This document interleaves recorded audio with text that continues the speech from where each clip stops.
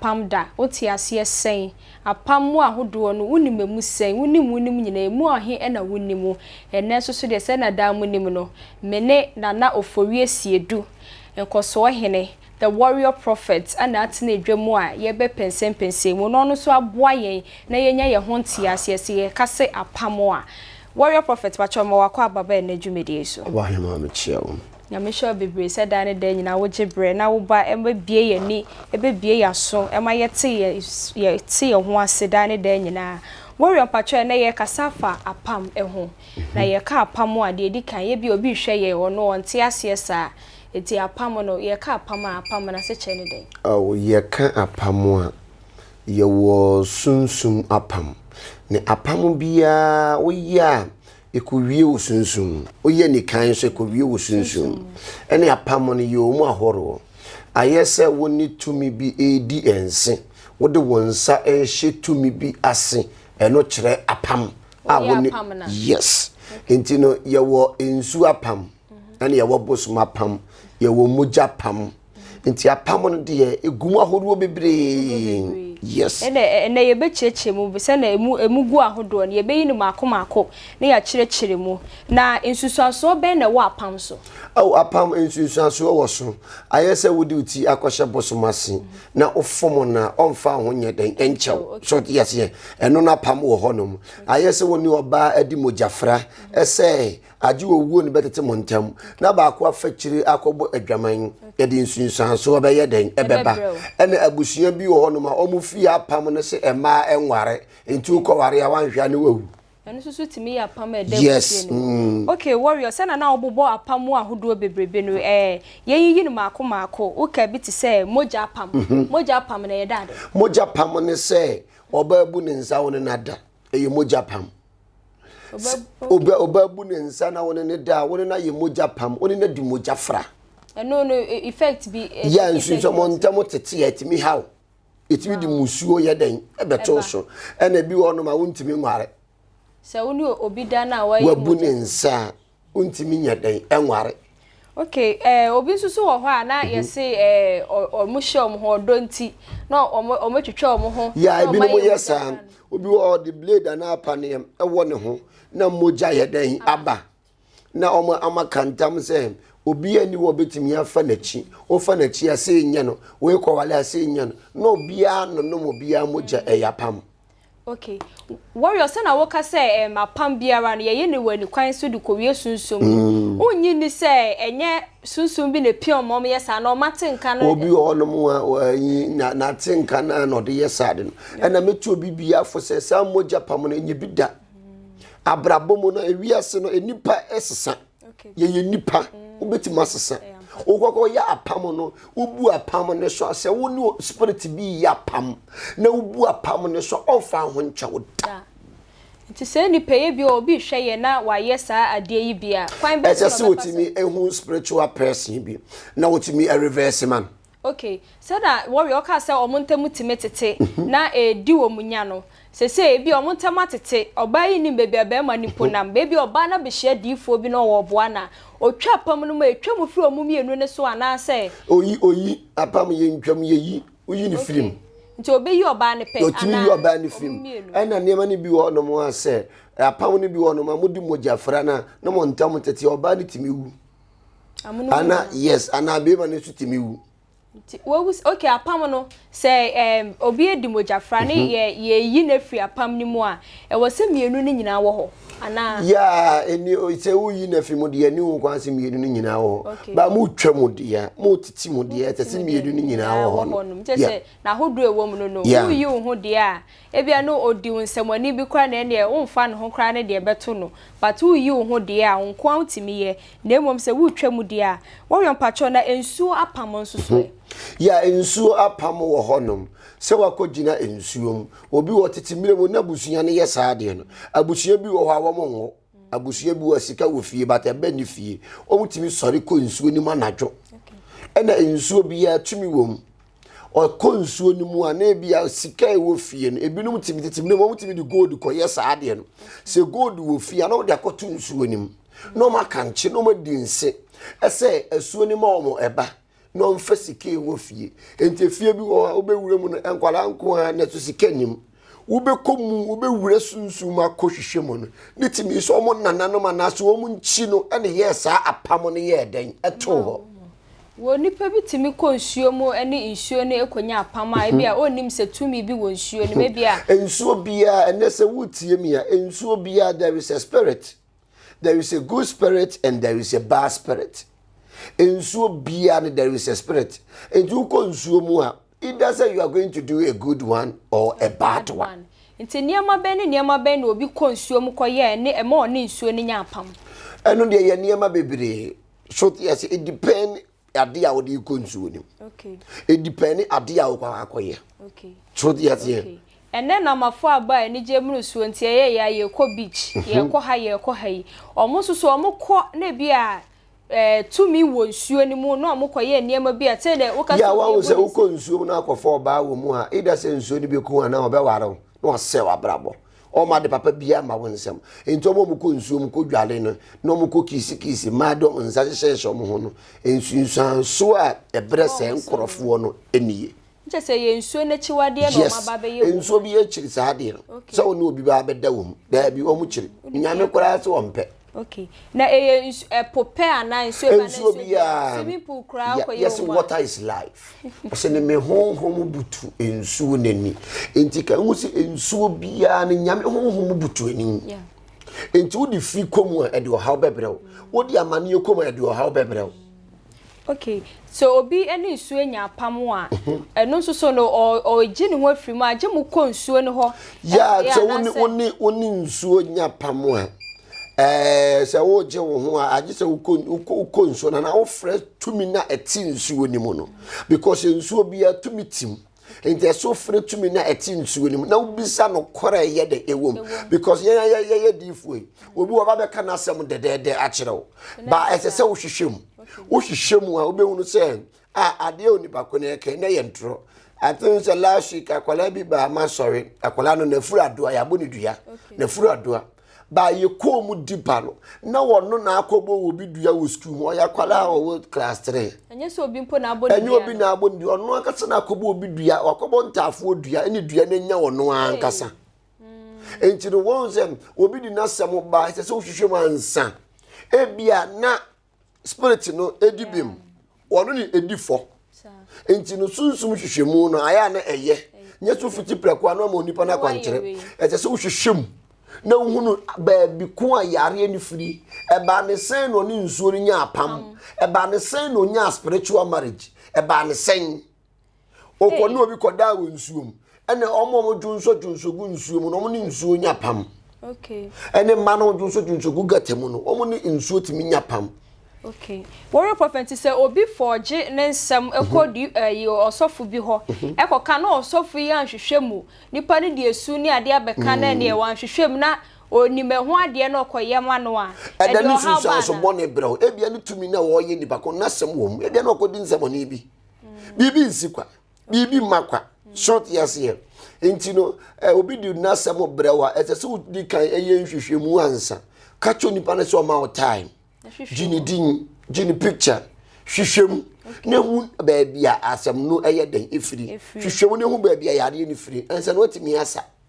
Wow, odofo nche se wonam ho no kwa wo hu difo bi na wo ka se wo kwa de wo ebe favor wa pa mu ka no kura bi ewo mu sa ade se na eye me o house ade se ni se nsusu na me nsusu me koye a me hwe de nsusu aso no onhwe mu no moa wiye na nsamfa nkofa another problem anye den ambrewo odifo mpacho ye to aso ye apam ahodo no se obosom apam so ene dade obosom apam ya obosom apam ne se wakobosom honum na ebia yaje akoko ana yaje odwan na atwa gubosom no so oni na nya encounter of spirit odifo ebia na me bosumsum ni na ebia me yare ahoche bi na bai na me difa ho no mo a eno so me no nya bosumsum ni okwa kwa di djuma ben ho ahoche na aba na me yare ahoche na aba na wakoho no itimi isi no wasalando amatumi no so finance oba akoshe tumi bi ase no odo okra no niam nyina akoshe ne nsa so one time eno de emfa ho sunsuma de emfa ho se ukoho one oye ba no emfa ho I say no be akoda no ama is so se me ne da ba ko da bi wo ye den a wanya edi wachi no di for obi ne bosom apam a kwan ben so na obeje ne wafi ya ye titim ana ye twini firi ase on say Abraham no ne bosom apam because Abraham ne papa ye okonfo enti nyame kire ne niyama a won famra enti wo kan Genesis 15 a wo kire ne niyama a won famra no nyini nti emfiri saa apam na se na Gideon papa to so esom bosom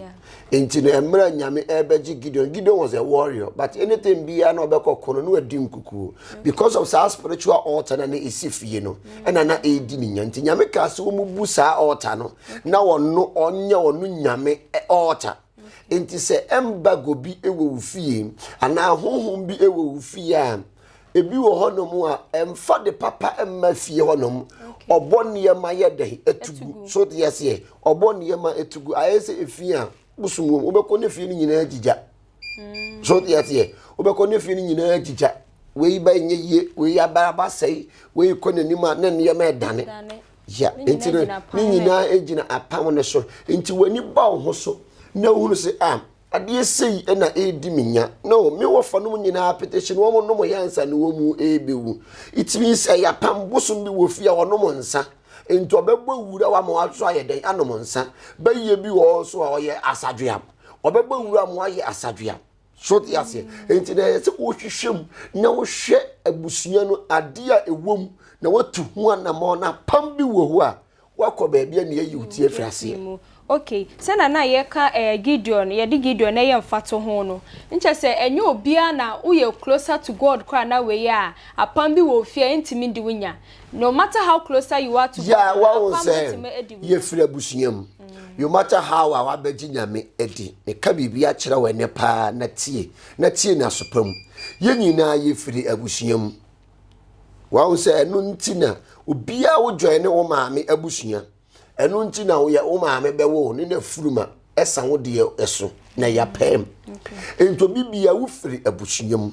enti ade bia ewo fie ho no mo no o kase wa beji nyame ye di saa de ne ndi wunya de a wo boa ebedi wunya ade utu ho anamon na wo ye ho ade se wa anya ho ade you matter how prayerful you are enya niema ni nyina ne mpae botimi ye so tiati se wo bo mpaye na woni gidi a mpae bo ni jaibo enya dwuma ade akwankyere na bia woni gidi e enya dwuma because ade no dey kan ho ento nipa na wo be se wo no ade ko ne ko se no na wo a wo ye akwankyere na ye wo yie enti sunsum made no ejira hof ma directions okay warrior pacho se ne ye ka se ye bosoma pam yi wo ko hoda kokra wo ko flash wo kra still a woni na nya pam no na de onu susu otu no wasi wo som bosom no susu na fe waje ne ho afim no sankofo emienu no omo direction ye pe so no de watu ne ho asi wo som ba fe da no de tu watu ne ho asi wo som but wo susu na wo ko ne wo ko nyame ho kakra no akobosom ho kakra nyame wo so ye nyame nikumfuo ompe bibia ye den aka ne ho enti wo ko kakra no wo ko akakra no wo si nyame atwetwe nyame kura de bu befu so yati okay wari ansa ne beto apam ahodo no so na pam no ye wo mu papa ne bone ana ya ye wo mu papa eni ye wo mu bone so yasi ye wo mu papa ne ye wo mu bone enti na medie se wonye sunsum nipa emfa wuti nkɔhye apam bia ase so yes impentem ne aduro kaka wutirim ansa na wadi aduro ukɔ baabi na ukodi aduro na kaka wutirim se aduro ya me kodi daakye no ede ensunsanso ne de bɛyɛ den ede bɛbrɛ me abutue ene efie bi wo mutimi kɔgye bɛyie apam meni maame bi ɔkɔtɔ bɛyie firi nzema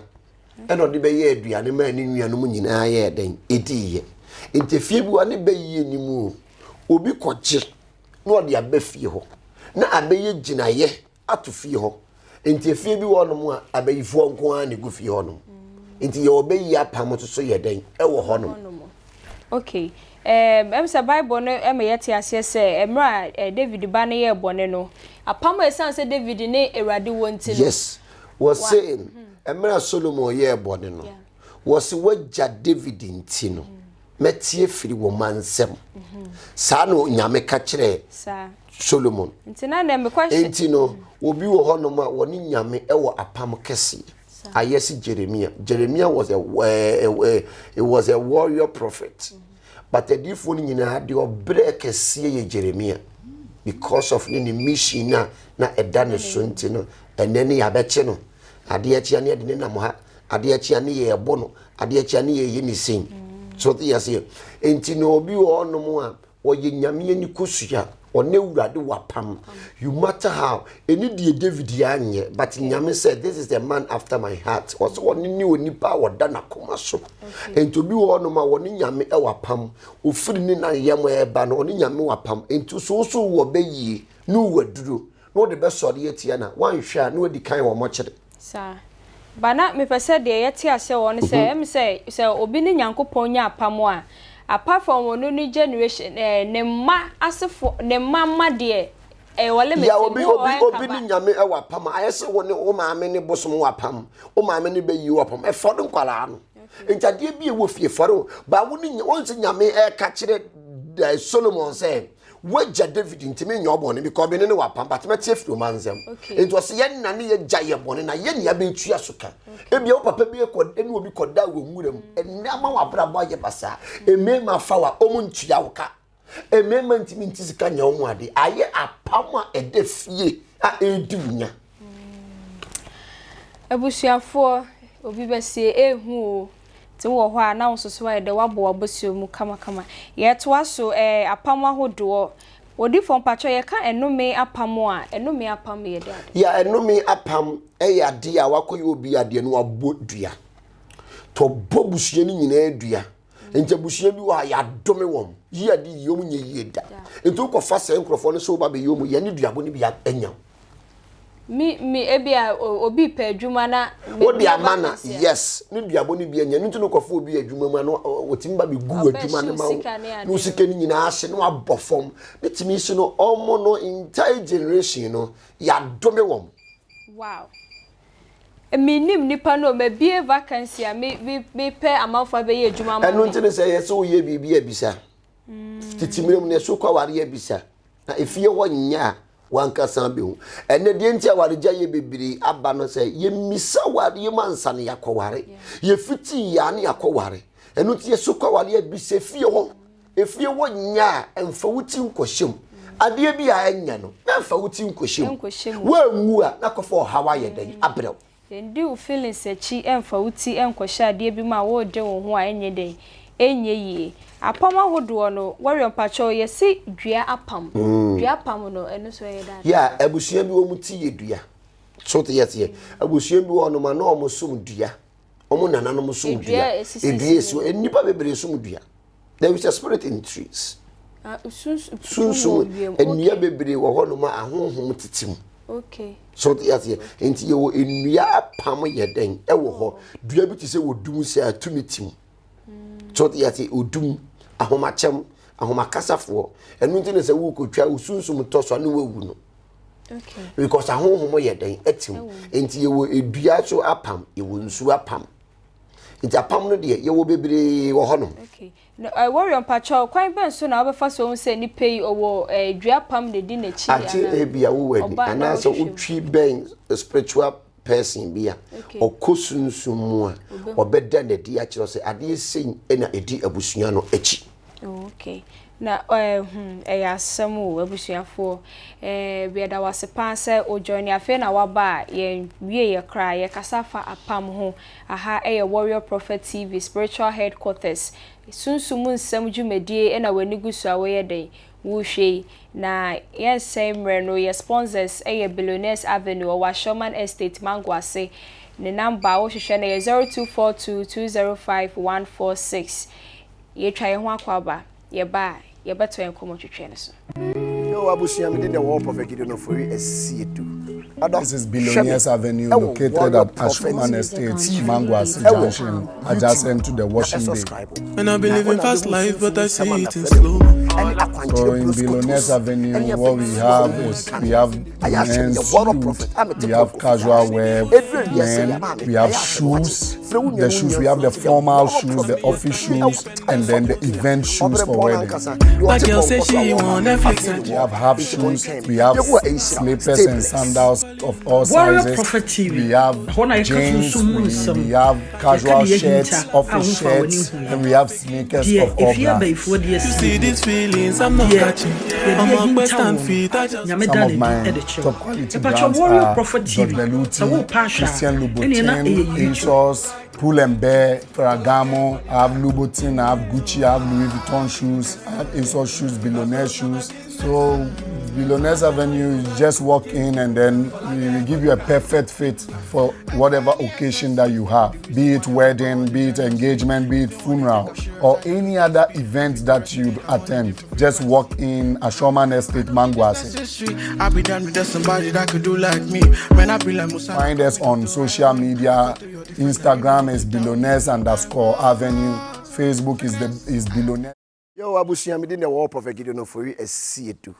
Odo, hwe me. Ewo Warrior Prophet TV. Ewo YouTube. Na subscribe. Na ho na be hunu sunsun nsema na frɛ na ku. Ene akwankyere broskotos. Ene abayifu a wo mu dwane. Aya hwe me the Warrior Prophet. Amete ponko fita aso. Edure wiase ya ma me. Aya hwe me wache. Frɛ wunua no nua mfrɛ bi se the Warrior Prophet we pie ewo taifa bokina. Obre mpona ankasa de ote ponko so a wo ba. Afi ni wo ba. Enti mo ntwɛn me. Yehu a enhyira. Stay blessed.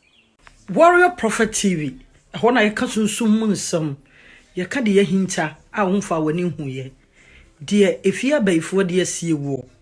De ye de yahinta wo no. Nyame da na di e de chew. Me pacho Warrior Prophet TV. Sa wo pa hwa ene na YouTube. Mesrew. Kohwe na de nyame nam so de beye wa brabo no. Hu bedwiri o. Nyame nya okese na onte na nimu mfa nchew. Oba pa Christine. Manangini do senya me beye mi seye Manangini do senya me betumi aye other 4 minutes asam young back opinion may come for the Warrior Prophet TV at the amount YouTube channel peso e esua sunsum nsem edo suko wo sunsum esan so ba sunsum akwankyere the Warrior Prophet TV ye dimawu ye dimaya momodi aso be hwe abreni nyina no wetimi akusunsum ntokwa pa bye so for me dey kwa kuma no me catch us away Warrior Prophet TV I love you. See you. We toast. Thank you for ewiase mu a yewe ewiase no ena hokwa hayo sunsumu nsam dwumadie entine yensemre no me ne Warrior Prophet ene tie dwomu a ye pensen mu na ye borura mu ye beborura mu domosu konso ye kasa afa ahonhoma hodo ho ahonhoma hodo Warrior Pacho yewo ahonhoma ahodo ho edi ni penya yeah yewo ahonhoma ahodo bebre dia almost 1000 a di enipenya ebi ni hono ma ebua enipa na jo bia ahonhoma ebua enipa ne wa ahonhoma edi nipenya so yes enti the wiase ni wotuntum e wo fita okay na eya na de bia ye taika say especially wo bia wo tin krase a ade science he enko ha ade science enkogina ha enkwatanan no so na enkogina ho onye sei eya na eho no ahonhom biti wa na say wo say enkwatanan for junction eye baby ahonhom hia either good or bad spirit se to me be free baby e baba be yewa o free baby enwura free I say we free different country be different country I say we land or airport enti na enkwatanan no eye spiritual airport okay anadwo honhom bia ye den edu wa wogina eno nti nyame ma Ezekiel frem from afrin kwantana be she no mpa ho akokwa okay na Warrior Pacho denti na eya o mo be hye bia ye bisa se eho sa point say kwantana obi afa ho okay obi edra no pa obi afa ho free hair background be fa ho free hair background be fa ho obi ye obi bia otiri koton kwantana so te bia woti abrucho betwe de aton kwantana so Ghana ha ma Uti abruche no fan kwantana so na de wow sanity okay na yes your spirit is oti gatem gata enam gatem your honhom oti gatem na sa spirit in etimi etorment you be etimi do etimi sel I say what you ntu gatem oja wo na ye gatem yeti susu awo we yeso bonten de hye konkon no ensuo yi ne bufa baby ya na manfo bu na suo fun enti wadwo nso gu gatem no ensuo ta wade wodwo nso ni koma suo no Gata deda kwan ho ni ade gata edidi wo deda enkran nyina na efa ye nsuo na enkran saase ntine yadan ne gata gata deda enkran nyina no efa ye nsuo but enkran saase ne anibere a obi epeska gu ni kotokuo mu no ma piepie nsuo na dan ne gata but still a tumi ne wo ho na Johnson we nyina ho adwonso ne ma Johnson me dem abehwe guma still tumi ne dem no bi behwe Johnson gu ha be ye wo de so yes woti wo dem won sa ya ne dumire bi ye kasa ne ko twetwetwe wo ha wo ne ye den e ba ye ono soso no nyame bo no ba bi ode na to no so yes nti obi tine dem no behwe Johnson gu ha o me ha wo ba ha okay te say you say ne ka na obi wo ho a say na ahonhom ne tete miamia ne no mo o machiwade no prof misusu say minim wachi wo mbeka nkyere me adiko a wuchi ena minsu minim ena mabeye sa ade na how say wutimi ya wan say yes obisafo enyira kwan wunimu a wonye ohwe at eto asubi mo be obi yes okay yes di onim papa no wanyam eye bone man okay warrior patrol yes sunsumu yedi asem ya sunsum yedi asem obi bo obi dua krompa yedi asem yedi asem ewo ho no mo obu o ho timu se wadi nsemone a na so mo de nifa baabi a attack no eba ne so enye yie nipa no wafa baabi bo ne ho ban ya na se wafa baabi abo ne ho ban wode ne ho agija na so wo beyi tumi so yes eni ye wade bi wo ho no ma menkyere wa ha no udware ya obi obi anya ohwe you matter de onu akoya de ne kwa nya de be obi udidi nsemone kra obi obi bi anya ohwe bi wa bo ne ho ban ne ora ne yedin the spirit of the yet inti nya de obi betima yin bibi honhom bi intimi nya na hwe because odi na ho agigagija sa honhom oh okay na sa honhom na odi o magija na ye ahom papa ana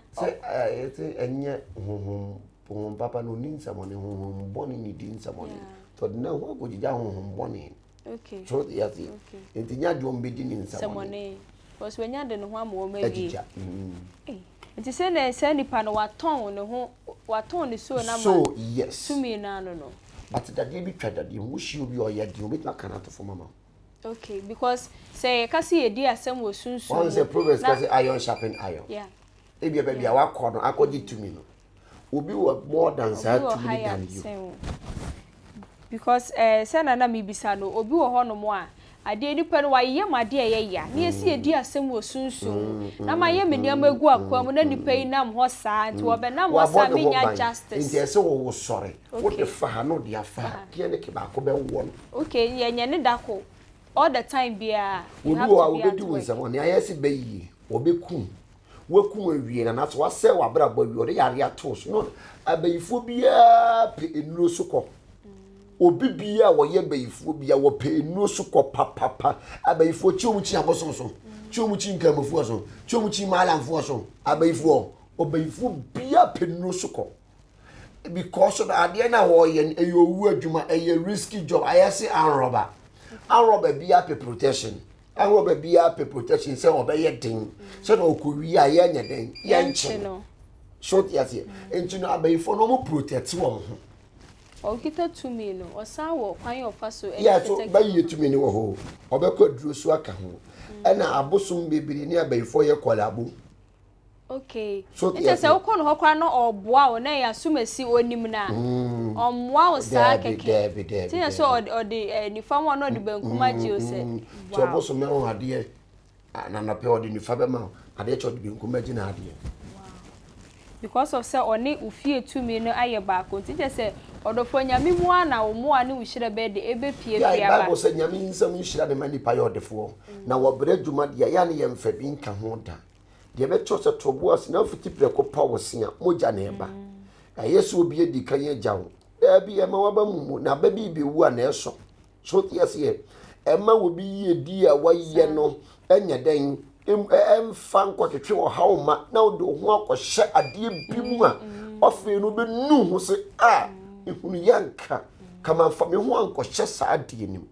enti na abrabɔ na ye bɔ no twe nyame se nyame hyira wa aya na ye fɛ wo hyentoma kokora mpo na esiesi